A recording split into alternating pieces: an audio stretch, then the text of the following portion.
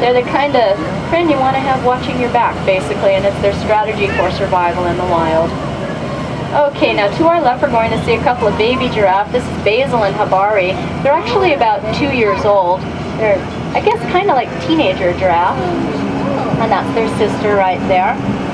By the time Basil and Habari are fully grown, they'll be about 18 feet tall. And you can see their sister there is about 16 and a half feet tall. So they got a lot of growing to do. These are reticulated giraffe. Okay, and here they are, some more of our rhinos. You can get a really good look at them now and see just how large those heads are. The one that's all by himself out in the sun, that's Angalifu, and that's our male northern white rhinoceros. Such a critically endangered species of rhino. Now they're indigenous to DR Congo, and there haven't been any seen in the wild there for at least 4.5 years. So you're looking at a species of rhino that will most likely become extinct within our own lifetime. The other two rhinos that are behind him, kind of end to end, those are southern white rhinos. And while they look very similar, the similarity ends in that they're rhinos and also grazing species. There's actually about 1.4% genetic diversity between these two species, which is really quite significant. These two gals here are past their breeding age. In fact, they're pretty elderly. Rhinos in the wild live to be about 20, and the oldest girl there sets the world's record. Every single day she's alive at 47 years old, so she's really up there. But you can see how big their heads are, and look at those ears, those giant cone-shaped ears that kind of swivel around. Rhinos have excellent hearing. Those little ears swivel around kind of like a satellite array, and they can basically triangulate and pinpoint a twig snapping from over 75 yards away. They've got a good sense of smell as well, but they can only see about 20 or 25 feet in front of them. So that's much of a rhino's world. But don't let their size fool you. They're pretty agile and fast. The fastest human can run 23 miles per hour in a sprint. Rhinos can hit a speed of around 37 miles per hour and sustain it for a good amount of time. Here's a couple of ostrich right here off to the left-hand side. Largest bird in the world. Of course, they don't fly, they run. Okay, now let's see who we can find here. I see some animals just down the hillside here at the very first tree.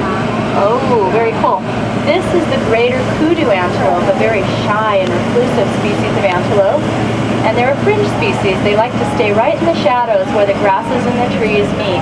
You can see the males have very beautiful spiraling horns. Unfortunately, ours broke one of his off. And if you're an antelope, your horn never comes back again. He's going to be like that for the rest of his life. But, you know, he is a pretty lucky guy because he lives here at the San Diego Zoo's Wild Animal Park, where he is the only greater kudu in town. If he were in the wild, the females wouldn't pay attention to him at all. They would look for a male that has both his horns, that they would think might not be quite so clumsy as this. But because he's the only guy here, then he's got it made. Remember, it's a fitness indicator, symmetry. Now you can see the girls don't have horns. That's an example of sexual dimorphism, when males and females look different. At the feeder, we have one roan antelope all by itself. Let me go find the rest of the roan.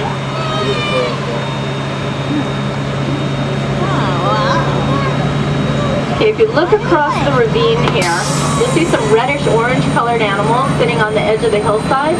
Those are Ugandan kob. Now this reddish-orange coat coloration is very popular for prey animals that live in a green grassy savanna like the Ugandan kob do, or any kind of green background for that matter. That's because it actually helps them to hide from predators. That might seem odd to us because we can really tell the difference between red and green. They're like on opposite sides of the color spectrum for us.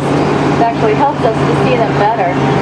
But if we were lions or leopards, we would be seeing these colors of reds and oranges and greens all in varying shades of gray, pretty much like looking at a black and white photograph.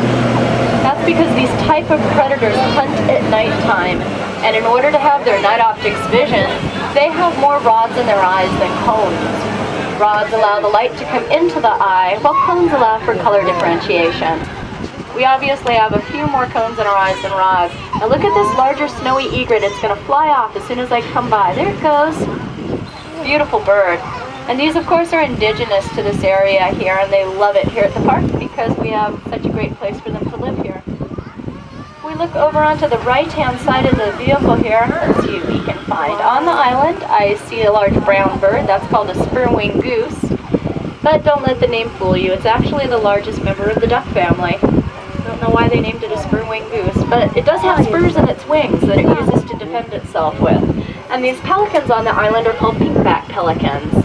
Way up on the right-hand side here, if you look almost up towards the fence here, you'll see the Zambezi lechwe, and they also utilize that reddish coat coloration to hide from predators.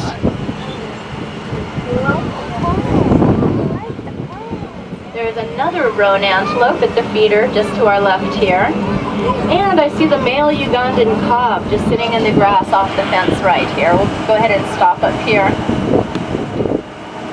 Now the Ugandan cob are sexually dimorphic. The males are the only ones that have horns. And these little tan-colored animals that you see here with the white rumps, these are called Soemmerring's gazelles. Now the Soemmerring's gazelles come from a very sandy, arid region, and the way that they hide from predators is by blending in perfectly. When you're totally color coordinated to your environment, it's called cryptic coloration. But of course, if you're a lion or a leopard hunting an animal, it doesn't matter if you're orange or bright green like the grass out there. It's going to look just the same to a lion or leopard as that Soemmerring's gazelle looks to us standing out in the sand. Now if you look on the other side of the dirt road, you'll see a copper-colored animal with horns and a real pretty white blaze. That is a blesbok. They're indigenous to South Africa.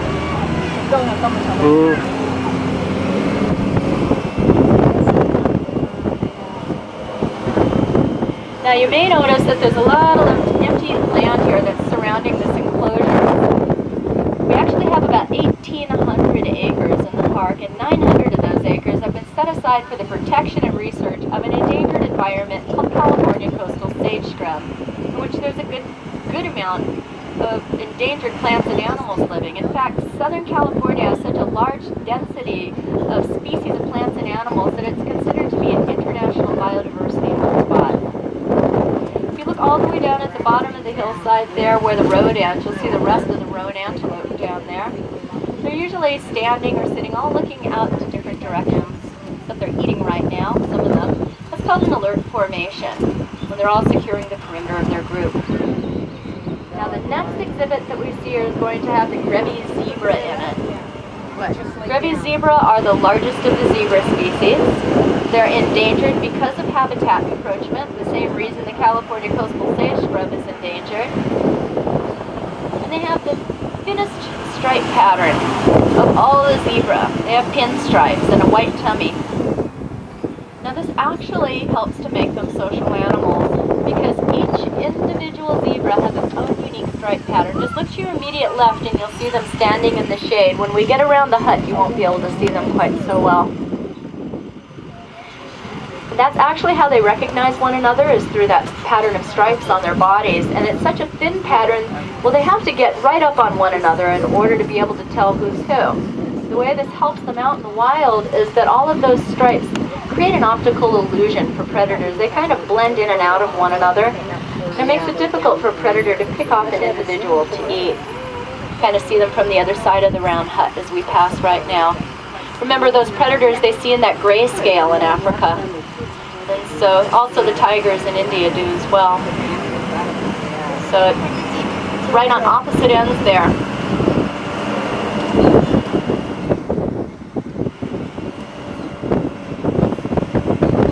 Okay, we've got a good number of South African springbok just up off the fence here to the left, these little tan animals, and a few more gemsbok as well.